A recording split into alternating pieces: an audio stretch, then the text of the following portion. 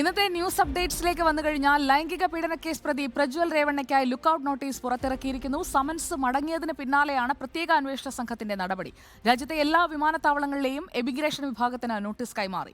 ലൈംഗിക വിവാദത്തിൽപ്പെട്ട പ്രജ്വൽ അന്വേഷണ സംഘത്തിന് മുൻപാകെ ഹാജരാകാൻ 7 ദിവസം സമയം ചോദിച്ചത് പോലീസ് നിരസിച്ചിരുന്നു. ശരത് കെ ശശി നമുക്കൊപ്പം ചേരുന്നു തത്സമയം. Sharath K Sasi, good evening.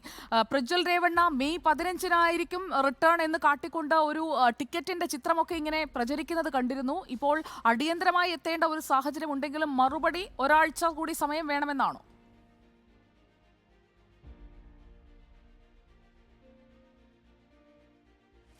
ഇന്നലെ അന്വേഷണ സംഘത്തിന് വക്കീൽ മുഖേന നൽകിയ കത്തിൽ പറയുന്നത് ഒരാഴ്ച സമയം വേണമെന്നാണ്. ചോദ്യം ചെയ്യലിന് ഹാജരാകാൻ തയ്യാറാണ്. അതിന് ഒരാഴ്ച പ്രജ്വൽ രേവണ്ണ അറിയിച്ചിരിക്കുന്നത്. പക്ഷേ ഇതിന് ഏതായാലും അന്വേഷണ സംഘമോ കർണാടക സർക്കാരോ തയ്യാറല്ല.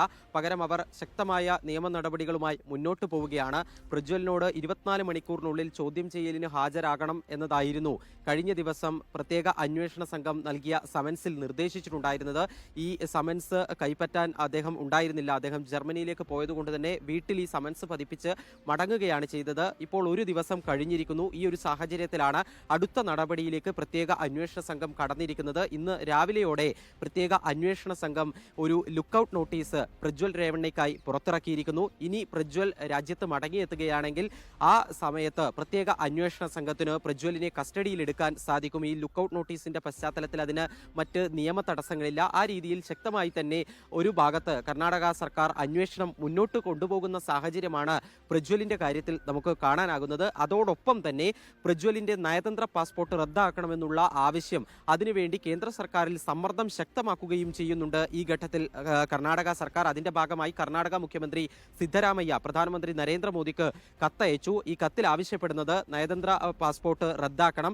നയതന്ത്ര ചാനൽ വഴിയാണ് പ്രജ്വൽ ജർമ്മനിയിലേക്ക് പോയത്. ഇത്രയും ഗുരുതരമായ കൃത്യം ചെയ്ത ശേഷം നയതന്ത്ര പാസ്പോർട്ട് ഉപയോഗിച്ചുകൊണ്ട് വിദേശത്തേക്ക് കടന്ന ഈ പ്രതിയെ നയതന്ത്ര ചാനലിലൂടെ തന്നെ കേന്ദ്ര സർക്കാർ മടക്കി കൊണ്ടുവരണമെന്ന ആവശ്യം, അതാണ് കർണാടക സർക്കാർ ഇപ്പോൾ മുന്നോട്ട് വെച്ചിട്ടുള്ളത്. ഏതായാലും പ്രജ്വൽ രേവണ്ണയുടെ മടക്കം സംബന്ധിച്ച് ഇന്നലെ അദ്ദേഹത്തിന്റെ പിതാവും ഈ കേസിലെ മറ്റൊരു പ്രതിയുമായ HD രേവണ്ണ പറഞ്ഞത് നാളെയോ മറ്റന്നാളോ മടങ്ങിയെത്തും എന്നുള്ളതാണ്. പക്ഷേ ഇക്കാര്യം സ്ഥിരീകരിക്കാനായിട്ടില്ല. ഇപ്പോഴത്തെ സാഹചര്യത്തിൽ പ്രജ്വൽ രാജ്യത്തേക്ക് മടങ്ങിയെത്തുകയാണെങ്കിൽ ഉടൻ തന്നെ ഇയാളെ കസ്റ്റഡിയിലെടുത്ത് തുടർ നടപടിയിലേക്ക് അന്വേഷണ സംഘം പോകുമെന്നുള്ള കാര്യം ഉറപ്പാണ്. ശരി, ശരത് കെ ശശിയാണ് ദില്ലിയിൽ നിന്ന് വിവരങ്ങളുമായി നമുക്കൊപ്പം ചേർന്നത്.